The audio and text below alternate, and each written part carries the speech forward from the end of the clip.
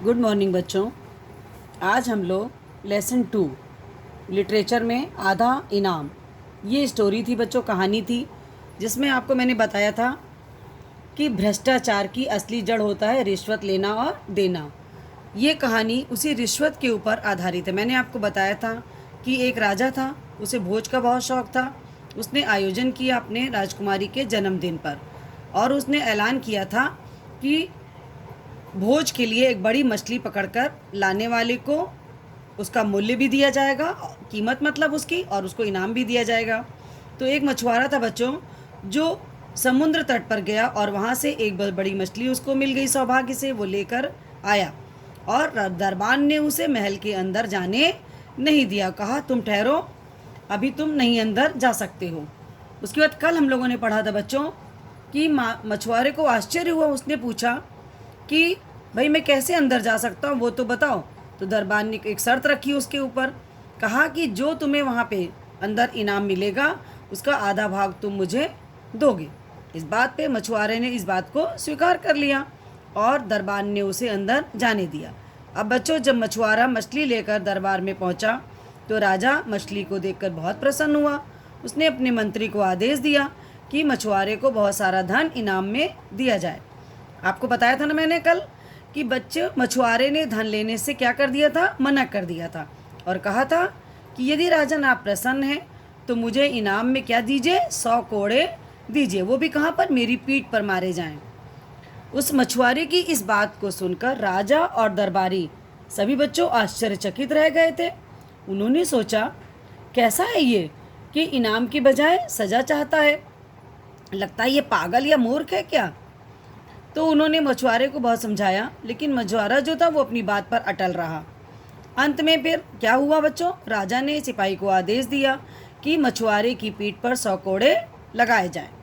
अब जब बच्चों सिपाही कोड़े मारने शुरू किए मछुआरे को, तो 1 2 3 4 ऐसे करके कोड़े मारता गया। जब 50 कोड़े हो गए तो मछुआरा बोला बस राजन, अब रुक जाइए, अब मुझे और कोड़े ना मारे जाएं।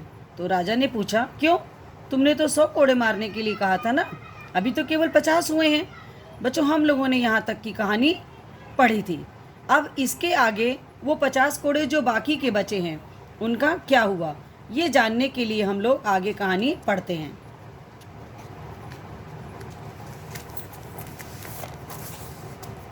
देखिए बच्चों, मछुआरे ने क्या कहा, राजन यदि आप अपने दरबान को यहाँ पर बुलाएंगे तो बड़ी कृपा होगी। राजा ने क्या किया, तुरंत अपने दरबान को बुलाया। यहाँ बच्चों आपने समझा ना कि मछुआरे ने और राजन के बीच में क्या बात हुई कि जो दरबान बाहर खड़ा था, जिसके ने शर्त लगाई थी मछुआरे से कि अंदर तुम्हें तभी जाने देंगे जो तुमको अंदर मिलेगा इनाम, उसका आधा इनाम मुझे दोगे। तो इसलिए राजा से उन्होंने कहा कि दरबान को अंदर बुलाइए।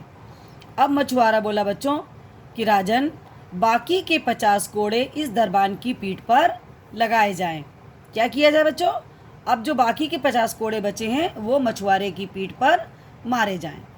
इससे क्या होगा, मुझसे आधा इनाम लेने की शर्त जो इसने रखी थी वो इसको पूरी हो जाएगी। इसी शर्त पर इसने मुझे अंदर आने दिया था। तो अब राजा और मंत्री सारा किस्सा समझ गए कि राजा ने दरबान की पीठ पर 50 कोड़े तो लगवाए ही, और उसको क्या किया, साथ में नौकरी से भी निकाल दिया। लेकिन बच्चों, एक उस चीज़ की सीख देने के लिए, इस चीज़ को एक्सप्लेन करने के लिए, उसके बारे में बताने के लिए कि दरबान कितना भ्रष्टाचारी है, उस बेचारे मछुआरे ने अपने ऊपर सजा ली है ना, 50 कोड़े अपनी पीठ पर लगवाए। तो मछुआरे को बच्चों अंत में क्या हुआ, बहुत ढेर सारा इनाम देकर राजा ने दरबान की नौकरी पर उसको रख लिया। उसकी तकलीफ़ को उन्होंने समझा और उसकी ईमानदारी को उन्होंने देखा और क्या किया, दरबान की बेईमानी और बदतमीज़ी की वजह से उसके नौकरी से निकाल दिया और उसको पनिशमेंट भी मिली, सज़ा भी मिली और मछुआरे को ढेर सारा इनाम मिला बच्चों, और दरबान की नौकरी भी मिल गई।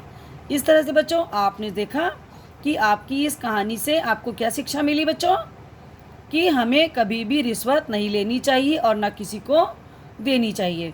हमें अपने कर्तव्य के प्रति हमेशा ईमानदार रहना चाहिए। बच्चों, आज हमारी ये कहानी कंप्लीट हो गई, समाप्त हो गई।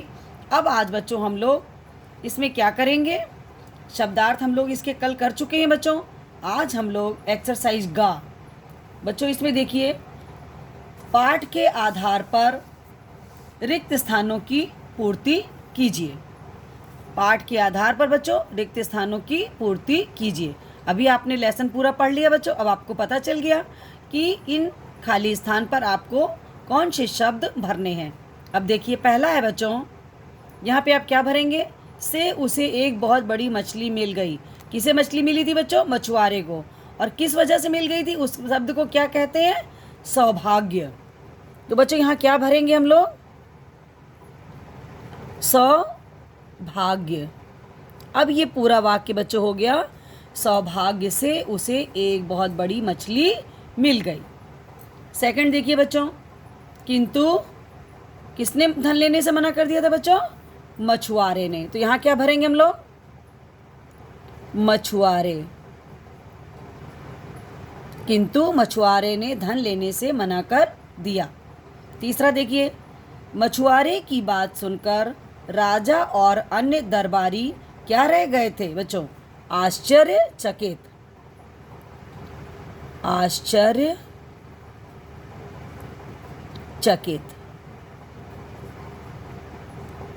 रह गए थे। आपको पता ही है ना किस बात को सुन करके, कि उसने धन लेने से मना कर दिया था और क्या किया था, कहा था कि मुझे 100 कोड़े मेरी पीठ पर लगाए जाएं। इस बात को सुनकर मछुआरे की राजा और अन्य दरबारी आश्चर्यचकित रह गए थे।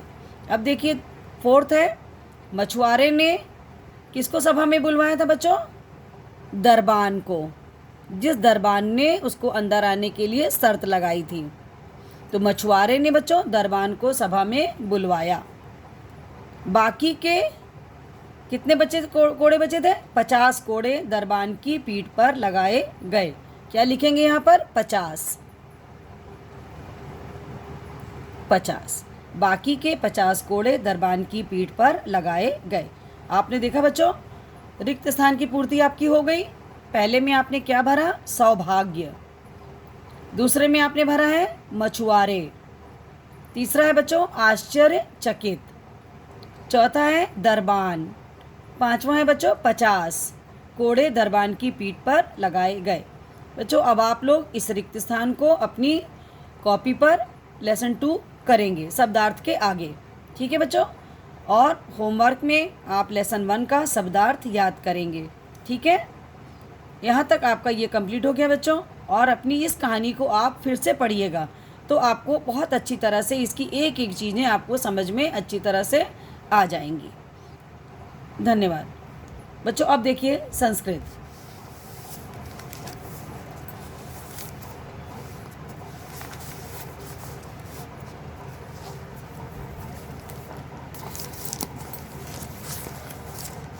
देखिए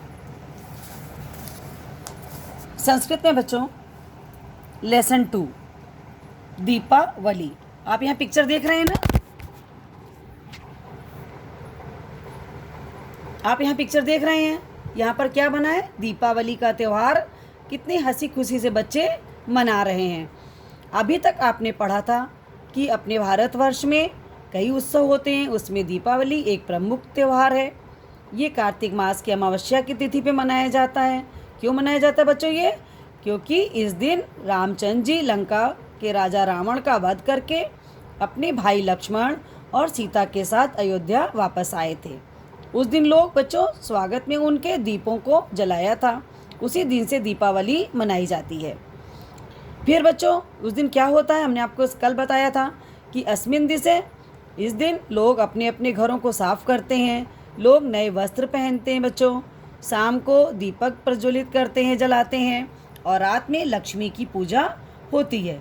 उसके पश्चात बच्चों आपस में लोग मिष्ठान अर्थात मीठा वितरित करते हैं, एक दूसरे को देते हैं, और इस अवसर पर लोग अपने मित्रों को अभिनंदन पत्र भेजते हैं और सभी लोग खुशी का अनुभव करते हैं। बच्चों यहाँ तक हमारी ये लेसन हुआ था। आगे एक पैराग्राफ और बचा है बच्चों, उसे आज हम लोग पहले पढ़ेंगे फिर समझेंगे।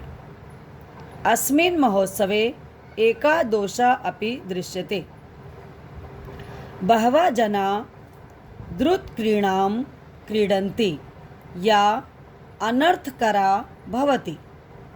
बहुसंख्यकजना अस्मिन् अवसरे विस्फोटकपदार्थान् पुष्पझरिका च चालयन्ति। येन वायुध्वनि प्रदूषणं भवति। प्रदूषणं जीवनं घातकम् अस्ति। अब बच्चों देखिए, अभी तक तो आपने देखा कि भारतवर्ष में इस दीपावली का त्यौहार कब मनाते हैं और क्यों मनाया जाता है और लोग क्या क्या करते हैं। उसी का एक बच्चों एक चीज़ और इसमें है कि इस त्यौहार का एक दोष भी है, इस त्यौहार में एक खराबी भी है, जो लोग अस्मिन् महोत्सवे एका दोषा अपि दृश्यते। इस त्यौहार पर बच्चों एक दोष भी है। क्या दिखाई देता है बच्चों कि बहुत से लोग द्रुत क्रीड़ा क्रीडन्ति, बहुत से लोग बच्चों क्या करते हैं, द्रुत क्रीड़ा का मतलब मैंने आपको शब्दार्थ में भी बताया था कि जुए का खेल वो खेलते हैं। ठीक है बच्चों। या अनर्थकरा भवति, ये क्या होता है बच्चों, ये बहुत ही अनर्थकारी होता है, अर्थात नुकसानदायक होता है, बहुत खराब होता है। बहुसंख्य जना अस्मिन् अवसरे, और बहुत से लोग बच्चों इस दिन क्या करते हैं, इस अवसर पर विस्फोटक पदार्थ अर्थात पटाखे, पुष्पझरिका मानो बच्चों फुलझड़ियाँ चलाते हैं। ठीक है। एन वायु ध्वनि प्रदूषणम भवति, इससे क्या होता है बच्चों, वायु में ध्वनि प्रदूषण फैलता है, होता है। ठीक है बच्चों। प्रदूषणम जीवनाय घातकम अस्ति, और बच्चों ये प्रदूषण जो होता है हमारे जीवन के लिए हानिकारक होता है। बच्चों आपने समझ लिया कि अस्मिन् महोत्सव, इस महोत्सव में एक दोष होता है। बहुत से लोग द्रुत क्रीड़ा क्रीडन्ति, बहुत से लोग जुए का खेल खेलते हैं बच्चों। यह अनर्थकरा भवति, यह बहुत नुकसानदायक होता है, बहुत अनर्थकारी होता है, इसका बहुत नुकसान होता है इससे। और बहुत से लोग बच्चों इस अवसर पर विस्फोटक पदार्थ अर्थात पटाखे चलाते हैं और फुलझड़ियाँ चलाते हैं। एन वायु ध्वनि प्रदूषणम भवति, इससे क्या होता है बच्चों, वायु और ध्वनि का प्रदूषण होता है, अर्थात वायु अशुद्ध हो जाती है। प्रदूषणम जीवनम घातकम अस्ति, बेटा जो ये प्रदूषण होता है ये हमारे जीवन के लिए बहुत नुकसानदायक होता है, बहुत हानिकारक होता है, क्योंकि इससे क्या होता है बच्चा, सांस लेने में हमें बहुत दिक्कत होने लगती है, पूरी वायु में पूरी जगह, और इसके शोर से हमारे कानों को तकलीफ पहुंचती है।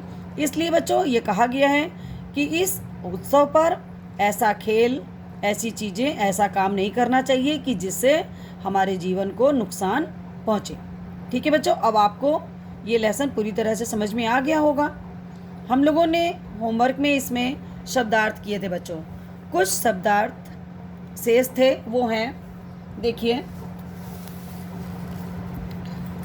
विस्फोटक पदार्थान मतलब बच्चे पटाखे, पुष्प झरिका फुलझड़ियाँ जो होती है ना बच्चे जिसमें रोशनी और वो धुआं निकलता है, चालयंती चलाते हैं, जीवनाय जीवन के लिए, घातकम बच्चों हानिकारक। ठीक है बच्चों, समझ में आ गया शब्दार्थ। ये जहाँ तक आपने शब्दार्थ लिखे थे उसी के नीचे से ये बाकी के शब्दार्थ आप अपने कॉपी पर लिख लेंगे। ठीक है। पटाखे फुलझड़ियाँ चलाते हैं, जीवन के लिए हानिकारक। बच्चों इसी के अंतर्गत होमवर्क है आपको संस्कृत में भी लेसन 1 का शब्दार्थ आपको याद करना है। थैंक यू बच्चों।